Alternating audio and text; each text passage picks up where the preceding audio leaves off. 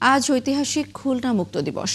একদিন আগে ঢাকার সোহরাওয়ার্দী উদ্যানে পাকিস্তানি বাহিনী আনুষ্ঠানিক আত্মসমর্পণ করলেও খুলনায় যুদ্ধ চলেছে। পরে অস্ত্র সমর্পণ করতে বাধ্য হয় পাকিস্তানি বাহিনী। 17 ডিসেম্বর পাকিস্তানি সেনা কর্মকর্তা ব্রিগেডিয়ার হায়াত খান অস্ত্র সমর্পণের নির্দেশ দিয়ে যুদ্ধ শেষের ঘোষণা দেয়। 16 ডিসেম্বর রাতেও খুলনা কেঁপেছে ট্যাঙ্ক, কামান, বোমা ও গোলা বারুদের আঘাতে।